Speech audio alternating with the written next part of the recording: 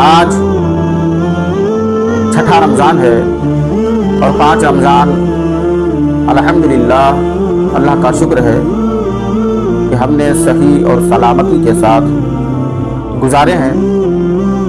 اللہ تبارک و تعالی ہم سب کو اس ماہ رمضان المبارک کی برکتوں سے مالا مال فرمائے۔ اس رمضان المبارک کے مہینے میں ہم سب کی تمام دلی جائز تمناؤں کو پورا فرمائے اور زیادہ سے زیادہ اس ماہ مبارک میں اعمال حسنہ کی توفیق عطا فرمائے۔ ناظرین محترم، حضرت سیدنا حارث محاسبی رحمۃ اللہ تعالی علیہ یہ ایک بہت بڑے بزرگ گزرے ہیں۔ آپ فرماتے ہیں کہ ان کے زمانے میں ایک کیال رہتا تھا۔ کیال اس شخص کو کہا جاتا ہے جو ناپ تول مال کو وزن کر کر لوگوں کو دیتا ہے، جس کے پاس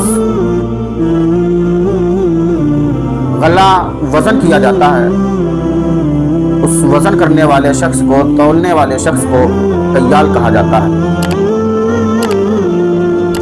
ناظرین محترم، آپ فرماتے ہیں کہ وہ کیال ناپ تول کا کام کیا کرتا تھا۔ اس کا جو پیمانہ تھا غلہ کو ناپنے کا، اسی میں وہ اپنا مصروف رہا کرتا تھا۔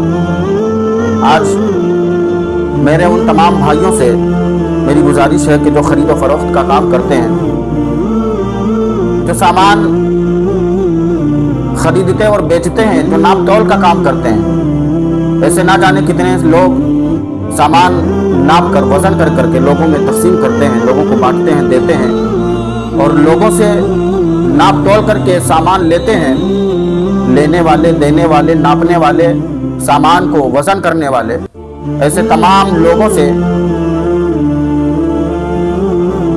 میری گزارش ہے کہ خدا را ذرا اپنی اس زندگی پر غور کریں، اپنے اس کام پر غور و فکر کریں۔ کہیں ایسا نہ ہو کہ آپ کی تھوڑی سی لاپرواہی آپ کی آخرت کو برباد کر دے۔ آپ کی تھوڑی سی لاپرواہی، آپ کا تھوڑا سا لالچ کرنا آپ کی آخرت کو تباہ کر دے۔ کہیں ایسا نہ ہو کہ آپ دنیا میں دنیا ہی کے رہ جائیں، آخرت میں آپ کو جہنم کے حوالے کر دیا جائے۔ رمضان المبارک کا مہینہ، رمضان المبارک کے مہینے میں جو ہم نے نیکیاں کی ہیں، جو ہم نے روزے رکھے، جو ہم نے نمازیں پڑھی، جو ہم نے قرآن کی تلاوت کی، یا جو بھی ہم نے اعمال حسنہ کیے ہیں ہماری استطاعت کے مطابق، حیثیت کے مطابق، کہیں ایسا نہ ہو قیامت کے دن وہ سب کے سب برباد کر دیے جائیں، وہ سب کے سب بیکار کر دیے جائیں۔ ہماری تمام نیکیاں، ہماری تمام عبادتیں ہمارے منہ پہ مار دی جائیں قیامت کے دن، ہمارے وہ تمام اعمال ختم کر دیے جائیں، برباد کر دیے جائیں۔ اس سے پہلے خدا را اپنے آپ پر رحم کرو، اور اگر خاص کر کے ناپ تول کا کاروبار ہے، کوئی ایسا کام آپ کرتے ہیں جس میں آپ کو وزن کرنا پڑتا ہے، پیمائش کرنی پڑتی ہے مال کی، تو خدا را اس بات پر غور کرے۔ حضرت سیدنا حارث محاسبی رحمۃ اللہ تعالی علیہ فرماتے ہیں کہ وہ یہی کام کرتا تھا، وہ کیال ناپنے تولنے کا اس کا کام تھا۔ ایک دن اس نے یہ کام چھوڑ دیا اور یہ کام چھوڑ کر وہ رب کی عبادت کرنے لگا، اللہ کی عبادت میں مشغول ہو گیا۔ وہ اپنی پھر باقی کی زندگی رب کی عبادت میں اس نے گزارنا شروع کر دیا۔ جب وہ کام چھوڑ کر رب کی عبادت میں مشغول ہو گیا، باقی جو زندگی اس کی تھی اس نے اپنے رب کی بارگاہ میں خرچ کر دی۔ جب اس کا انتقال ہوا، انتقال ہونے کے بعد میں لوگوں نے اس کو دفن کر دیا۔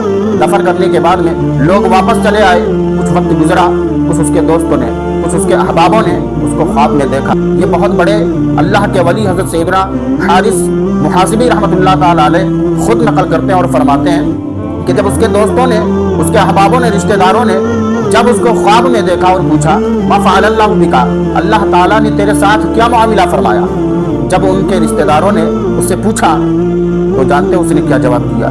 حضرت سیدنا حارث محاسبی رحمۃ اللہ تعالی علیہ فرماتے ہیں کہ اس نے جواب جو دیا ہے وہ جواب دل کو جھنجھوڑ کر رکھ دیتا ہے۔ وہ جواب اس بات پر غور و فکر کرنے پر لگا دیتا ہے کہ کہیں ایسا نہ ہو کہ ہماری بھی عبادت ضائع ہو جائے، کہیں ایسا نہ ہو ہماری عبادت بھی بیکار ہو جائے، کہیں ایسا نہ ہو ہماری عبادت بھی رائگاں ہو جائے، ہماری عبادت بھی قیامت کے دن ہمارے چہرے پر لپیٹ کر کے مار دی جائے۔ آپ فرماتے ہیں کہ جب اس کے دوستوں نے پوچھا کہ تیرے ساتھ اللہ تعالیٰ نے کیا معاملہ فرمایا، تو اس نے کہا کہ جو میں ناپ تول کا کام کرتا تھا، میں پیمائش کرتا تھا،